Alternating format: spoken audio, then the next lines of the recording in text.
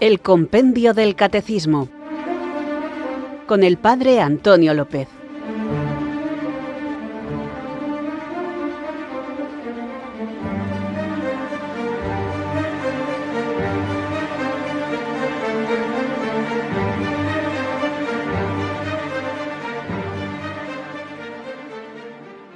Muy buenas, amantes, apasionados, buscadores de la verdad, recibid mi abrazo del Padre Antonio López desde Irurzun, en Navarra, los que queréis profundizar en el conocimiento de la fe para madurarla, enraizarla en la vida e irradiarla en el testimonio. Continuamos en el misterio de Cristo, en el misterio de su encarnación, y comenzaremos una serie de preguntas que nos van a llevar, contemplando este misterio, a la Virgen María. Ella es la esclava del Señor por cuya docilidad al Espíritu Santo el Verbo de Dios se hizo carne. Ella es entre todas las criaturas la que mejor ha entendido el corazón amoroso de Dios y la que sabe, como deberíamos saber nosotros, que toda la finalidad de la doctrina y la enseñanza debe ser puesta en el amor que no acaba. Porque se puede muy bien exponer lo que es preciso creer, esperar o hacer, pero sobre todo debe resaltarse que el amor de nuestro Señor siempre prevalece, a fin de que cada uno comprenda que todo acto de virtud perfectamente cristiano no tiene otro origen que el amor, ni otro término que el amor. Pues tú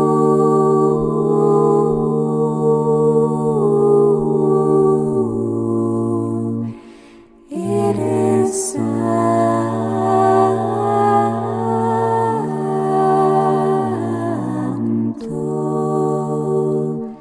pues tú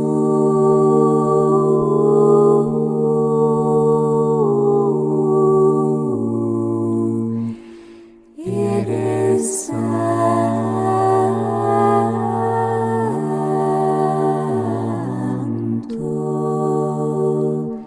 pues tú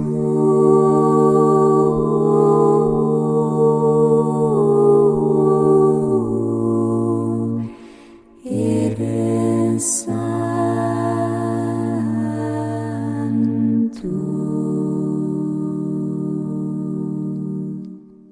Ven, Espíritu Santo de sabiduría, despréndenos de las cosas de la tierra e infúndenos el amor y gusto por las cosas del cielo. Ven, Espíritu Santo, llena los corazones de tus fieles y enciende en ellos el fuego de tu amor. Ven y renueva la faz de la tierra. Oh María, que por obra del Espíritu Santo concebiste al Salvador, ruega por nosotros. Pues tú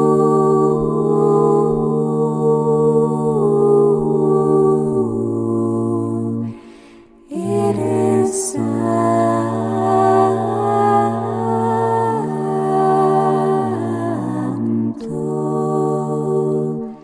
pues tú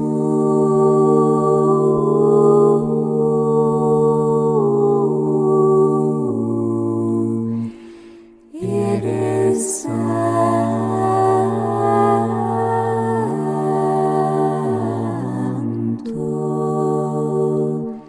pues tú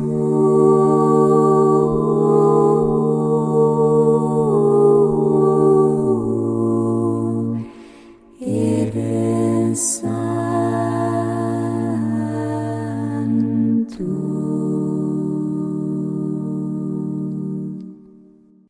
Continuamos reflexionando sobre el misterio de Jesucristo y de manera concreta en la encarnación y lo que ella significa en cuanto al realismo de que el Verbo eterno de Dios se ha hecho verdaderamente hombre.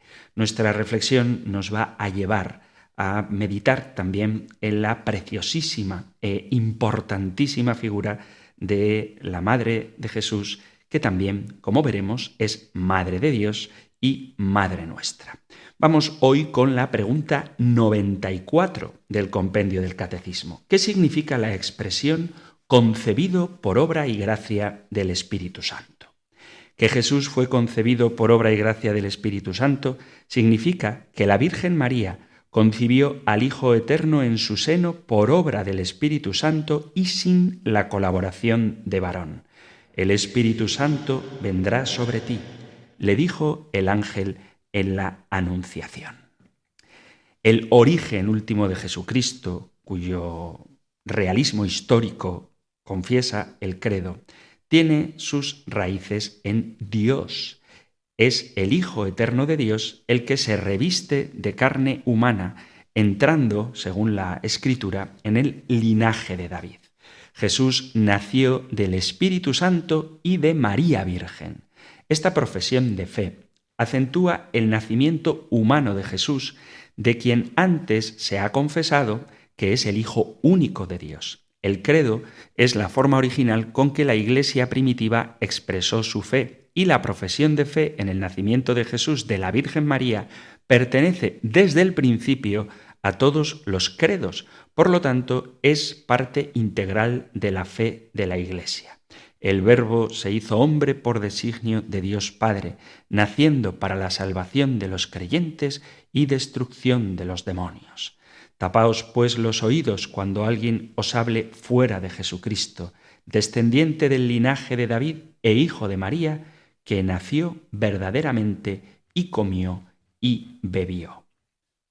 Son palabras de los santos padres de los primeros años, los primerísimos siglos de la Iglesia. El cristianismo es un acontecimiento y no un conjunto de ideas o de exigencias morales. Por eso lleva en su seno, a causa de sus raíces históricas, algo que supone un escándalo. A Dios se le encuentra en la historia y en la existencia concreta e histórica de Jesús. El hombre, para creer en Jesús, Hijo de Dios encarnado, debe pasar no tanto por la coherencia racional, sino más por la locura de la cruz, por la aceptación de una predicación, por la escucha de la fe transmitida, también por la debilidad de los signos que nos orientan pero no nos fuerzan. Pero esa debilidad de Dios, esa aparente necedad, esa obediencia de la fe, son fuerza de Dios y salvación de Dios. La comunicación de Dios se ofrece al hombre personalmente y no solo mediante principios, mediante ideas. La fe no se razona, aunque sea razonable, sino que se testifica. Lo sorprendente de los caminos de Dios en Jesucristo no puede ser un invento humano, ya que rompe todos los esquemas y contrasta con todas las expectativas humanas. De aquí que los que habían calculado el futuro y el poder de Dios se cerraran a los inescrutables caminos de Dios y no reconocieron a Jesús, quien se convirtió para ellos en piedra de tropiezo y de escándalo, lo que les llevó al rechazo. Dirá el mismo Jesús: dichoso el que no se escandalice de mí. En Jesús de Nazaret había suficiente luz y suficiente oscuridad, suficiente luz para que vieran los que deseaban ver y suficiente oscuridad para que no vieran los que no querían ver. El anuncio de la Iglesia siempre confiesa su fe en Jesucristo, en quien se han cumplido todas las profecías.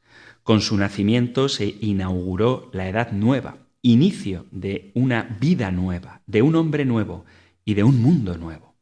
El Hijo de Dios, descendiendo al seno de la Virgen, se revistió de carne por obra del Espíritu Santo. Dios se unió con el hombre. Como mediador entre Dios y el hombre, el Verbo se revistió del hombre para llevarlo al Padre. Cristo quiso ser hombre para que el hombre pueda ser lo que es Cristo. Pues el Padre, con el fin de conservarnos y darnos la vida, envió a su Hijo para que nos redimiese, y este Hijo quiso ser y hacerse hombre para hacernos hijos de Dios. La humanización de Dios inauguró la divinización del hombre. Admirable intercambio es la expresión que repite la liturgia entre Dios y el hombre. Él nos entregó su divinidad haciéndose hombre para hacer a los hombres Dios. El abajamiento del Hijo de Dios le llevó a acampar entre nosotros, siendo su cuerpo como el nuevo templo donde mora Dios para estar, hablar y actuar salvando a los hombres. Quienes le vieron encarnado, vieron con sus ojos, contemplaron y palparon con sus manos la gloria que antes estaba vuelta hacia el Padre y que se nos manifestó a nosotros como gloria que recibe del Padre, como Hijo único, lleno de gracia y de verdad. La encarnación de Cristo es la manifestación del amor de Dios al hombre pecador. Siendo Él la vida, bajó del cielo para dar vida al mundo, para hacernos partícipes de la vida eterna, pasándonos de la muerte a la vida. Él es Jesús, que como hemos visto significa Dios salva. Por ello pudo decir que había venido a llamar a los pecadores y a salvar lo que estaba perdido. En la plenitud de los tiempos envió Dios a su Hijo, nacido de mujer, nacido bajo la ley, para rescatar a los que se hallaban bajo la ley y para que recibiéramos la filiación adoptiva. Nuestra condición humana en el nacer y nuestra existencia en situación de esclavitud han sido libremente aceptadas por el Hijo de Dios, que quiso participar de nuestra condición humana plenamente y se ha hecho hombre hasta el fondo, hasta la muerte, hasta la cruz. Dios quiso revestirse del hombre que había caído para que, como por un hombre entró el pecado en el mundo y por el pecado la muerte, alcanzando a todos los hombres, así y mucho más, la gracia de Dios se desbordó sobre todos por un solo hombre, Jesucristo. Porque habiendo venido por un hombre la muerte, también por un hombre viene la resurrección de los muertos. Pues del mismo modo que en Adán mueren todos, así todos revivirán en Cristo. Dice San Ambrosio, pues Él se hizo niño para que tú pudieses hacerte adulto. Estuvo entre pañales para que tú pudieses ser desligado de los lazos de la muerte. Fue puesto en un pesebre, a fin de que tú lo seas sobre el altar. Estuvo en la tierra, para poder tú estar en el cielo. No había puesto en el mesón para él, a fin de que tú tuvieses muchas moradas en el cielo. Él se hizo pobre a causa nuestra, siendo rico, para enriquecernos con su pobreza. Su pobreza es, pues, mi patrimonio, la debilidad del Señor es mi fuerza.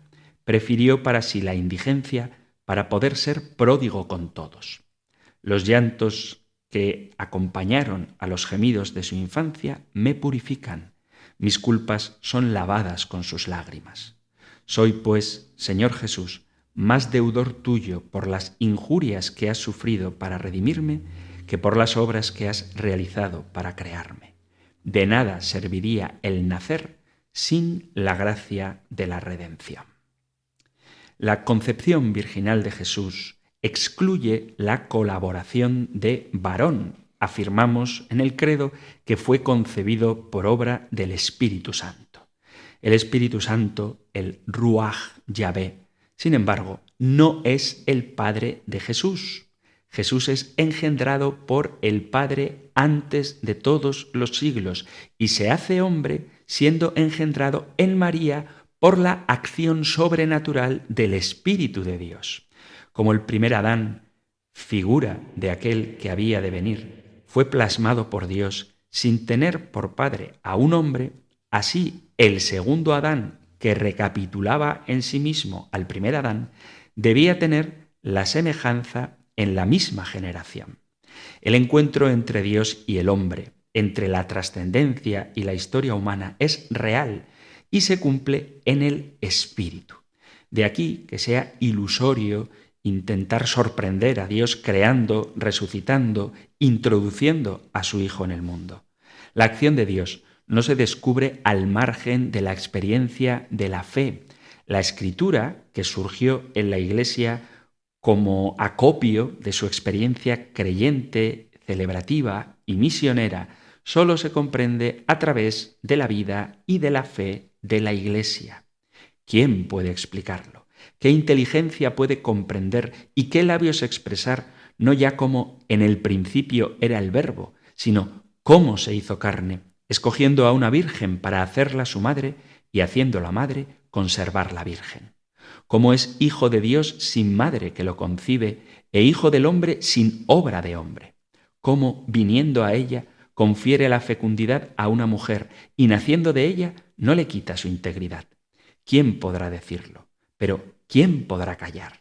¡Qué maravilla admirable! Ni podemos hablar, ni nos es dado callar. Pregonemos fuera lo que dentro no podemos comprender. Son estas palabras de San Agustín que dirá en otro lugar: ambos nacimientos, el divino y el humano, son maravillosos.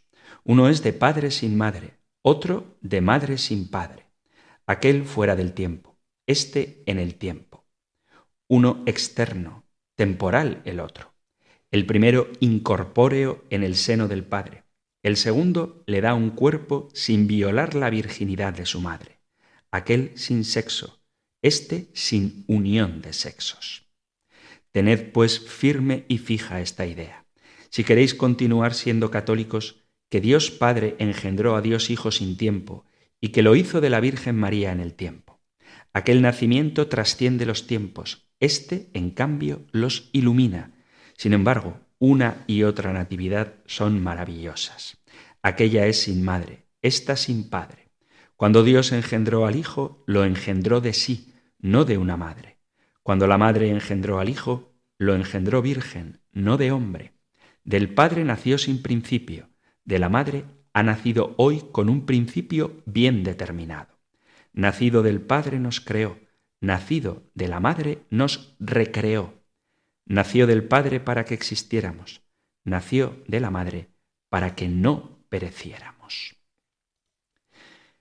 El credo confiesa fundamentalmente, como venimos viendo, la realidad humana y la condición histórica de Jesús.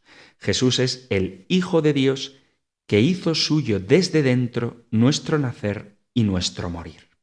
El Hijo de Dios no fingió ser hombre, no es un Dios que con ropaje humano se pasea por la tierra. Como niño fue débil, lloró y rió.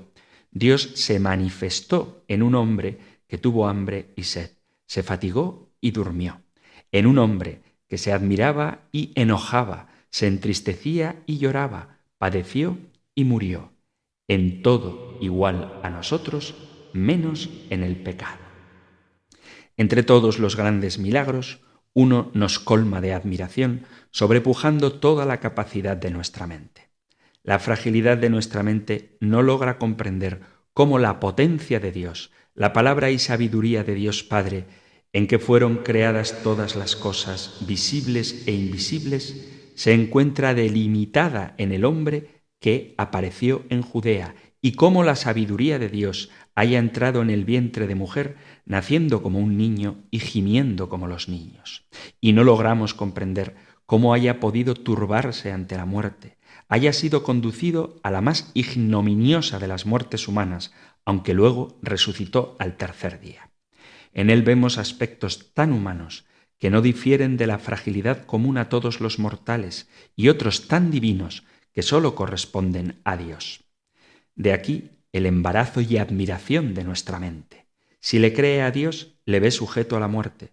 Si le considera hombre, le contempla volver de entre los muertos con los despojos de la muerte derrotada. De ahí que, con temor y reverencia, le confesemos verdadero Dios y verdadero hombre. Esta es una cita de Orígenes. El Hijo de Dios se hizo hombre, se encarnó, entró en la historia nacido de mujer, israelita según la carne, tomó la condición de siervo, trabajó con manos de hombre, pensó con inteligencia de hombre, obró con voluntad de hombre, amó con corazón de hombre. Cristo unió así al hombre con Dios, realizando la comunión y el acuerdo entre Dios y el hombre. Pues no habríamos podido participar de otro modo de la incorrupción si Él no hubiese venido a nosotros. Y porque implicados en la creación de Adán, caímos en la muerte a causa de su desobediencia, era conveniente y justo que por la obediencia de quien por nosotros se hizo hombre, fuese destruida la muerte. Y puesto que la muerte reinaba sobre la carne, era justo y conveniente que, habiendo él sufrido la destrucción de su carne, librase al hombre de su opresión.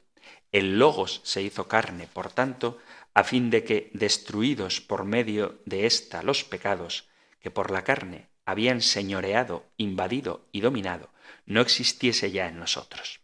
Por eso asumió nuestro Señor la forma corporal de la primera criatura, para luchar por los padres y vencer, por medio de Adán, lo que por medio de Adán nos había subyugado. Pues ¿cómo habríamos podido participar de la filiación divina si no hubiésemos recibido mediante el Hijo la comunión con el Padre? ¿Cómo lo hubiésemos recibido si el Hijo no hubiese entrado en comunión con nosotros, haciéndose carne? Por eso pasó Él por toda edad, restituyéndonos a nosotros la comunión con Dios. ¿Cuántos dicen, pues, que el Verbo se manifestó? ¿Cuántos dicen, pues, que el Verbo se manifestó aparentemente, que no nació en la carne ni verdaderamente se hizo hombre? Docetas y gnósticos están aún bajo condenación antigua. Estos defienden el pecado, pues según ellos no ha sido vencida la muerte, pues quien debía matar al pecado y redimir al hombre, tenía que hacerse lo que era el hombre, reducido a la esclavitud por el pecado y sometido al poder de la muerte, a fin que el pecado fuese matado por el hombre y éste fuera librado de la muerte. Lo que no ha sido asumido no ha sido curado, sólo lo que está unido a la divinidad ha sido salvado. Estas son expresiones de San Ireneo. Como veis, los santos padres, desde el principio, han confesado la realidad de la encarnación y la realidad del nacimiento virginal de Cristo por obra y gracia del Espíritu Santo. El cristianismo, insisto, no es mito, sino historia, no es apariencia, sino verdad, no es un símbolo, sino una realidad, no es una idea, sino un acontecimiento. El cristianismo no es una monotonía cíclica, sino algo singular e irrepetible, no es eternidad abstracta, sino memorial, no es provisionalidad permanente, sino algo definitivo que ya ha comenzado. No es filosofía, sino buena noticia, no es elocuencia convincente, sino un testimonio que invita. El cristianismo no es ofrecimiento del hombre, sino llamada, envío y autoridad de Dios. No es ascensión del hombre, sino condescendencia divina. No es sabiduría, sino necesidad. No es demostración, sino escándalo. El cristianismo es la persona de Jesucristo. No es de la carne, ni de la sangre, ni de deseo de varón, sino de Dios, del agua y del Espíritu, como nacen los hijos de Dios. El fundamento de esta palabra de salvación está en la verdad del nacer, del morir y del resucitar de Jesús de Nazaret. Tan imposible es que resuciten los muertos como que María conciba en su seno al Hijo de Dios, pero lo imposible para los hombres es posible para Dios. Por causa de nuestra salvación, descendió del Padre desde los cielos y asumió un cuerpo semejante al nuestro. Nació del Espíritu Santo y de la Virgen María. Permaneciendo Dios, se hizo hombre para poder salvar al hombre con sus signos visibles. Se encarnó verdaderamente y no en apariencia, pues si la encarnación fue falsa, también lo sería la salvación humana. En él existen ambos, el hombre visible y el Dios invisible. Comió en cuanto hombre, y porque era Dios, alimentó a 5.000 hombres con 5 panes. Como hombre, durmió en la barca. Como Dios, increpó al viento y al mar. Como hombre fue crucificado, y porque era Dios, otorgó el paraíso al ladrón en la cruz. Como hombre murió, y su cuerpo fue sepultado. Y porque era Dios, resucitó del sepulcro a quien yacía en él desde hacía 4 días, su amigo Lázaro. Se debe, pues, creer que Cristo es Dios y hombre, reconocido éste por sus pasiones y manifestado aquel por sus obras divinas, las cuales atestiguan su comunión con el Padre. San Gregorio Nacianceno sigue los pasos de Jesucristo en todo el Evangelio, contemplando su humanidad que deja transparentar el inequívoco resplandor de su divinidad. Dice: «Este, pues, que tú ahora desprecias, existía siempre y estaba por encima de ti. Y al encarnarse permaneció lo que era y asumió lo que no era. Nació el que existía sin causa por una causa, para que tú pudieras ser salvado. Se hizo hombre para que yo pudiera convertirme en Dios en el mismo grado en que Él se hizo hombre. Nació, es verdad, mas había sido también engendrado, de una mujer ciertamente, pero que también era virgen. El primer fenómeno es humano, el segundo divino. Por una parte no tenía padre, pero por otra no tenía madre. Ambas cosas son manifestación de la divinidad. Fue llevado por un seno, sin duda, pero fue reconocido por el profeta, también todavía en el seno, que dio saltos ante el Verbo por el que había recibido la vida, como relata Lucas en la visitación de María a Isabel. Fue ciertamente envuelto en pañales, pero al resucitar se liberó del sudario con que lo habían sepultado. Fue colocado en un pesebre, pero los ángeles lo glorificaron. Una estrella lo anunció y unos magos lo adoraron. Fue exiliado sin duda a Egipto, sin embargo, mandó al exilio las falsas creencias de los egipcios. No tenía hermosura ni belleza a los ojos de los hombres, pero a los de David aventajaban en belleza a todos los hombres. Sobre el monte resplandecía de luz, se hizo más luminoso que el sol, iniciándonos a los misterios futuros. Fue bautizado, ciertamente como hombre, pero borró los pecados como Dios. Personalmente no tenía necesidad de purificación, pero se sometió a ella para purificar las aguas. Fue tentado como hombre, pero venció como Dios, invitándonos a tener ánimo, ya que Él venció al mundo.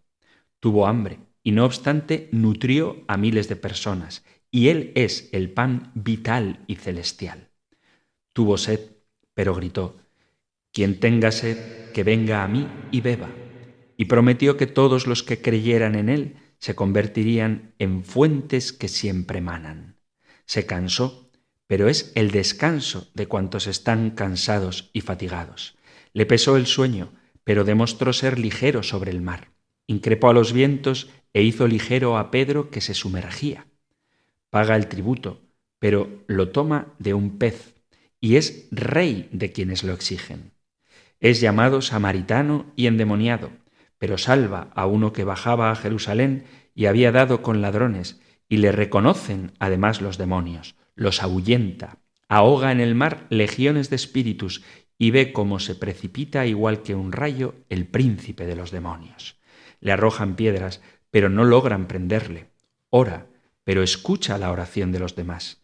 Llora, pero enjuga el llanto. Pregunta dónde había sido colocado Lázaro, en cuanto era hombre, pero resucita a Lázaro en cuanto era Dios. Fue vendido a muy bajo precio, ya que dieron por él 30 denarios de plata, pero rescata el universo a un precio muy elevado, dado que derrama por él su sangre. Como una oveja es conducido al matadero, pero es también pastor que apacienta a Israel y el universo entero. Es mudo como un cordero, pero es el Verbo, y lo anuncia la voz de aquel que grita en el desierto. Cayó presa de enfermedad y fue herido. Sin embargo, cura todo mal y toda enfermedad. Lo izaron en el leño y lo clavaron, pero nos puso de nuevo junto al árbol de la vida. Salva al ladrón que había sido crucificado con él. Sumerge en las tinieblas todo cuanto puede ser visto. Le dan a beber vinagre y por comida hiel. ¿A quién? A aquel que cambió el agua en vino, que disolvió el gusto amargo, que es la dulzura misma, que suscita el deseo en todo su sentido. Ofrece su vida, pero tiene el poder de recobrarla de nuevo. El velo se rasga, mostrando las realidades del cielo. Las rocas se parten, los muertos resucitan. Muere, pero da la vida, y con su muerte destruye la muerte. Es sepultado, pero resucita. Desciende a los infiernos, pero arranca de allí a las almas. Sube al cielo, y vendrá a juzgar a los vivos y a los muertos.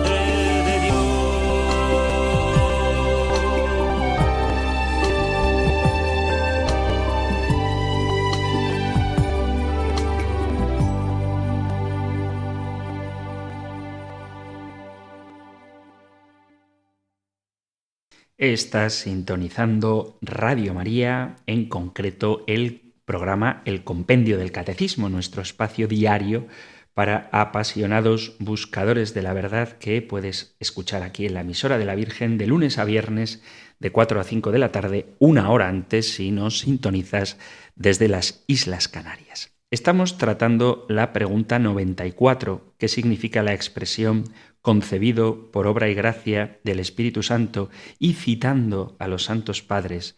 Estamos, yo al menos, maravillándome de la belleza de las expresiones que nuestros primeros evangelizadores, discípulos de los discípulos, o discípulos de los discípulos de los discípulos, es decir, los primeros cristianos, decían sobre el misterio de la encarnación y cómo verdaderamente aquel que ha nacido en el seno virginal de María es Dios con nosotros. Muy vinculado a la concepción por obra del Espíritu Santo está el misterio de la maternidad divina de María. Es la pregunta 95 del Compendio del Catecismo. Nacido de la Virgen María, ¿por qué María es verdaderamente Madre de Dios? María es verdaderamente Madre de Dios porque es la Madre de Jesús. En efecto, aquel que fue concebido por obra del Espíritu Santo y fue verdaderamente Hijo suyo es el Hijo eterno de Dios Padre, es Dios mismo.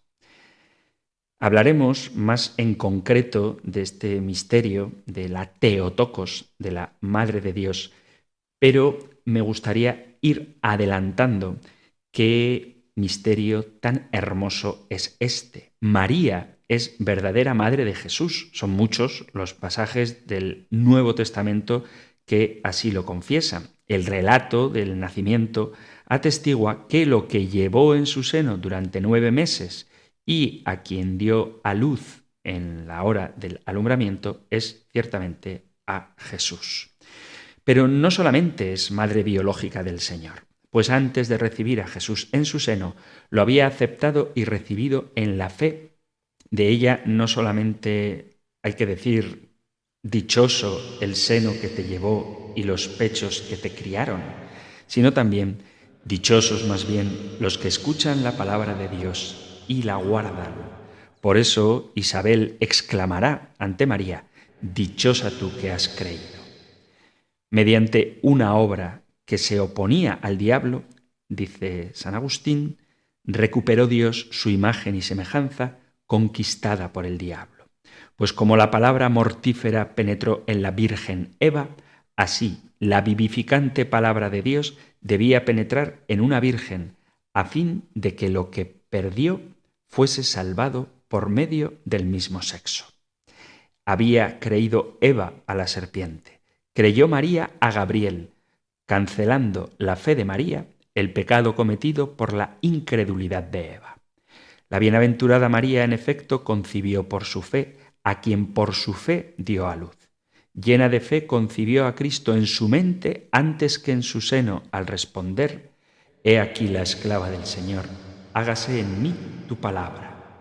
Es decir, que sin el concurso de varón conciba yo permaneciendo virgen, que del Espíritu Santo y de una virgen nazca aquel en quien la Iglesia renacerá virgen del Espíritu Santo.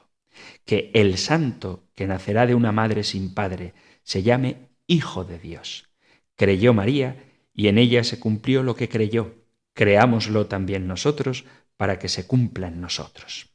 Antes de habitar el Hijo de Dios en el seno de María, sin duda moraba ya por la fe en su corazón, de quien por la fe le concibió antes en su mente que en su vientre virginal, en el alma la fe y en el vientre Cristo. Así María fue más feliz por recibir la fe de Cristo que por concebir la carne de Cristo, ya que nada había aprovechado la divina maternidad de María si no hubiese sido más feliz por llevar a Cristo en su corazón que en su carne. Y esta maternidad divina es virginal. Lo engendrado en ella, dice el ángel, es del Espíritu Santo. San Mateo ve el cumplimiento de la promesa de Isaías 7:14. Mirad que la Virgen concebirá y dará a luz un hijo, y le pondrá por nombre Emmanuel. Ciertamente, este misterio no es accesible a una consideración puramente histórica, solo se descubre a través de una lectura de los textos bíblicos hecha en el corazón de la Iglesia, a la luz de la tradición eclesial, es decir, en la profesión de fe de la Iglesia. San Ignacio de Antioquía habla de 3 misterios sonoros que se cumplieron en el silencio de Dios. Quedó oculta al príncipe de este mundo la virginidad de María y el parto de ella, del mismo modo que la muerte del Señor. Las tinieblas del Calvario envolvieron a Jesús mientras moría. La noche del establo de Belén ocultó el parto de María y la soledad de Nazaret rescató de la curiosidad la concepción virginal. A los santos padres les gusta repetir que la profecía de Isaías preparó la credibilidad de algo increíble, explicando lo que es un signo. Pues el Señor os dará un signo. He aquí que una virgen concebirá en su seno y dará a luz un hijo. Un signo enviado por Dios no sería tal si no envolviese alguna novedad extraordinaria. No es un signo lo que sucede todos los días, es decir, que una joven no virgen conciba y dé a luz, pero sí es un signo que una virgen sea madre. Un autor del siglo IV dirá que para aceptar que Jesús nació de la Virgen por obra del Espíritu Santo se requiere un oído limpio y un entendimiento puro. Un parto nuevo fue dado al mundo, y no sin razón, pues quien en el cielo es hijo único, también en la tierra nace único y de modo único. De todos conocidas y evocadas en los Evangelios, son a este respecto las palabras de los profetas, afirmando que una virgen concebirá y dará a luz un hijo. Pero también el profeta Ezequiel había preanunciado de modo admirable el parto, designando simbólicamente a María como puerta del Señor, es decir, a través de la cual el Señor entró en el mundo. Ezequiel capítulo 44. La puerta que da al oriente estará cerrada y no se abrirá, ni nadie pasará por ella, porque el mismo Señor Dios de Israel pasará a través de ella y estará cerrada. ¿Pudo decirse algo más claro sobre la consagración de la Virgen? En ella estuvo cerrada la puerta de la virginidad. Por ella entró en el mundo el Señor Dios de Israel, y a través de ella salió del vientre de la Virgen, permaneciendo asimismo cerrada la puerta de la Virgen, pues conservó la virginidad. Con la confesión de fe en la concepción virginal, la Iglesia confiesa que Cristo, el Salvador, es puro don, irrupción gratuita de Dios, no logro humano. Y esto para todo cristiano. La salvación en Cristo es don y no conquista humana. Cristo es don que se acoge en la fe como María Virgen. El Hijo eterno de Dios fue concebido en María por el Espíritu y nació de ella. El credo pone de relieve la verdadera maternidad de María y su maternidad virginal.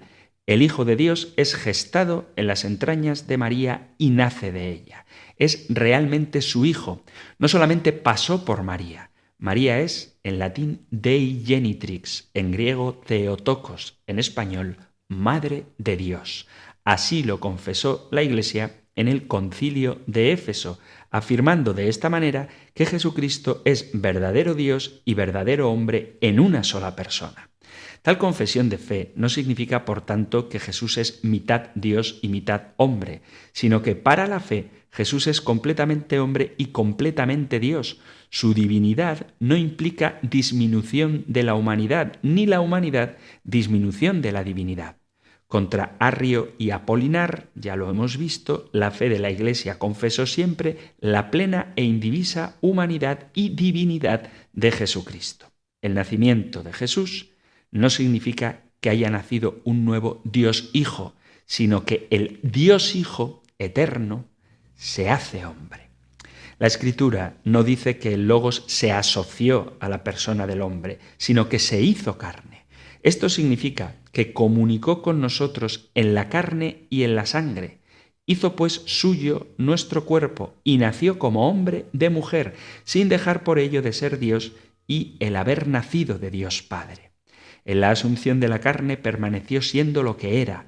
Por eso los santos padres no dudaron en llamar a la Santísima Virgen Madre de Dios título muy conveniente, por tanto, y con toda razón, la Santa Virgen puede ser llamada Madre de Dios y Virgen Madre, porque Jesús, nacido de ella, no era un simple hombre.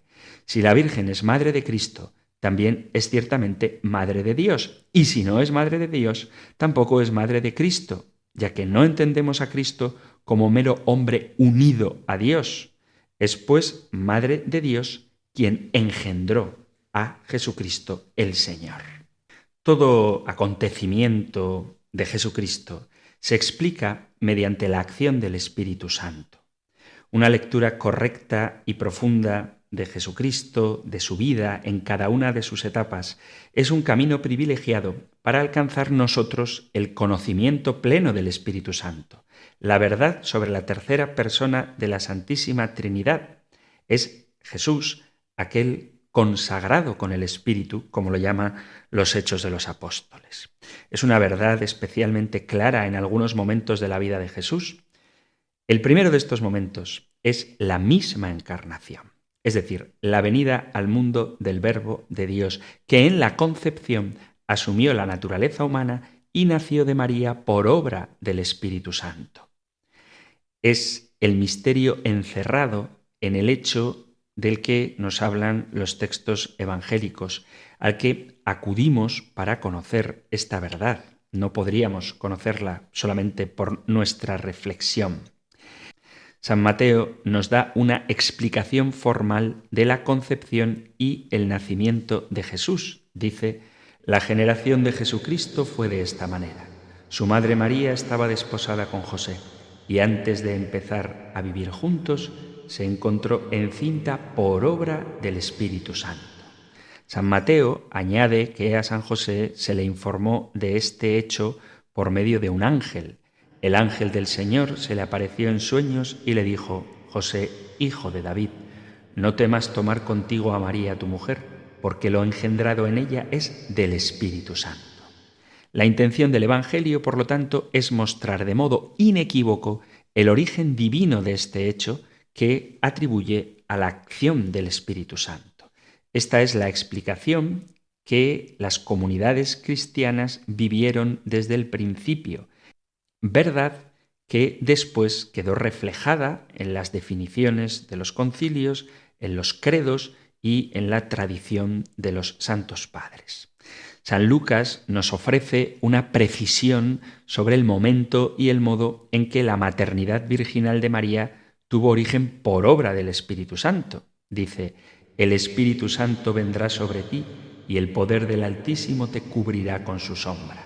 Por eso, el que ha de nacer será santo y será llamado Hijo de Dios.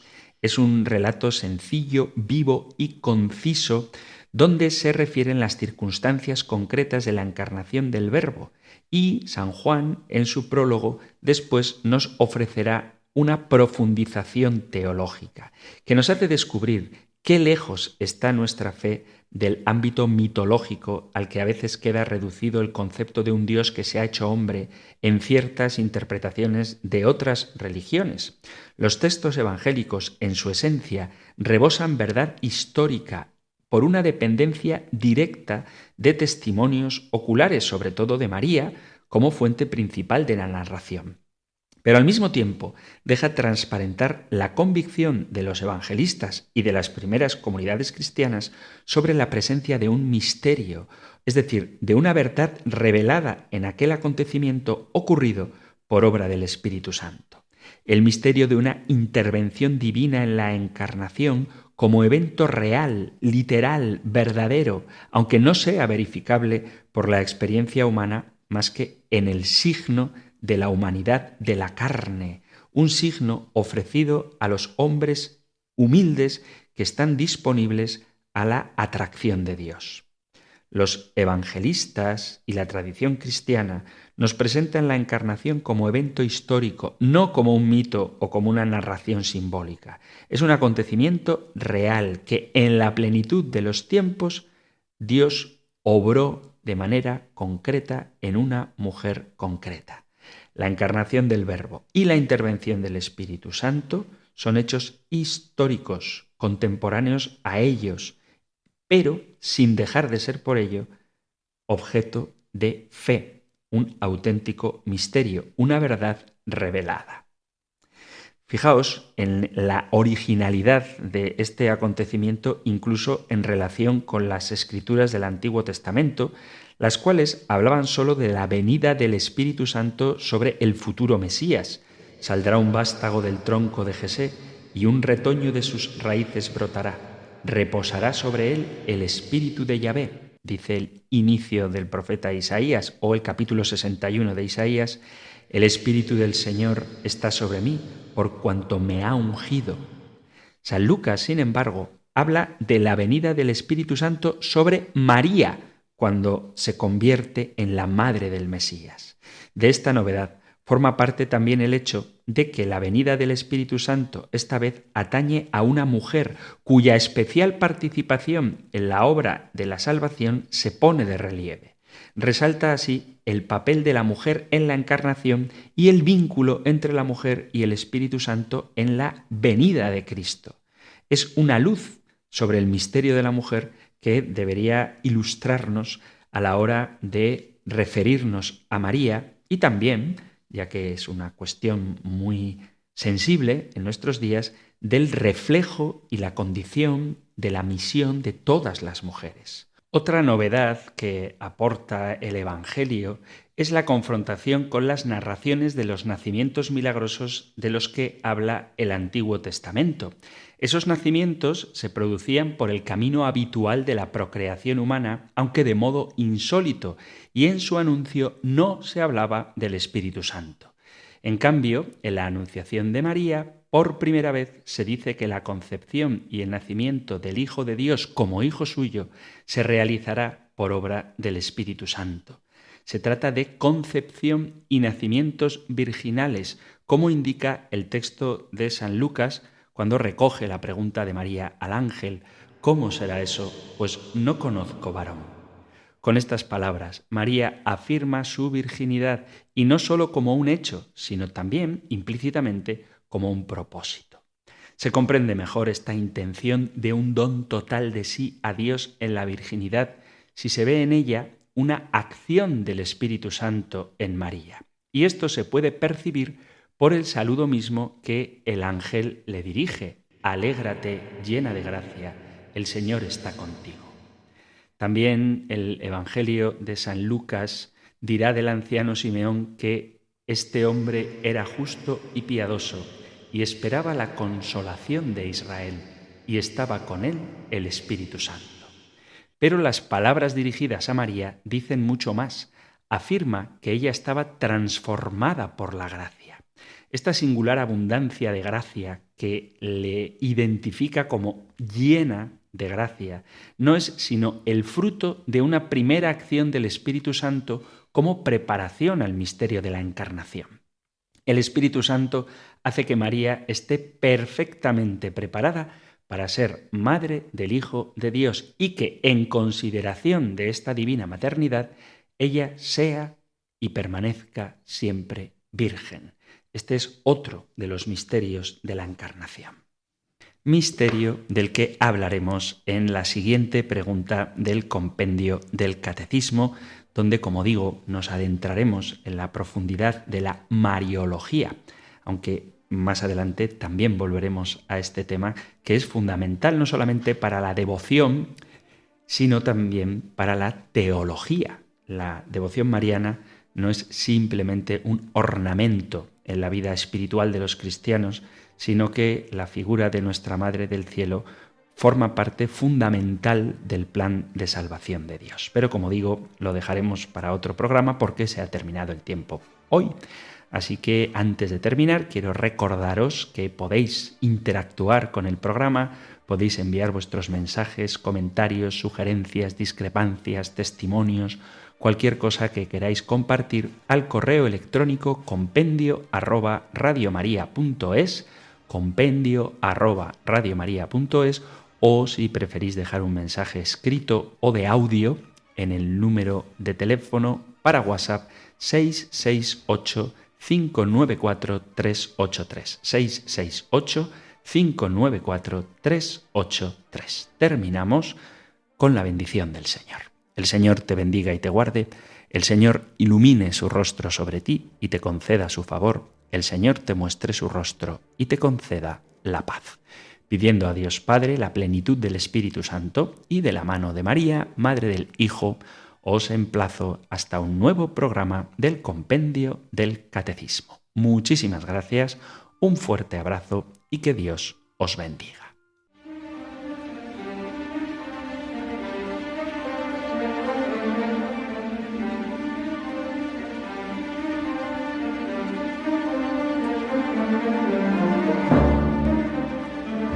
El Compendio del Catecismo con el Padre Antonio López.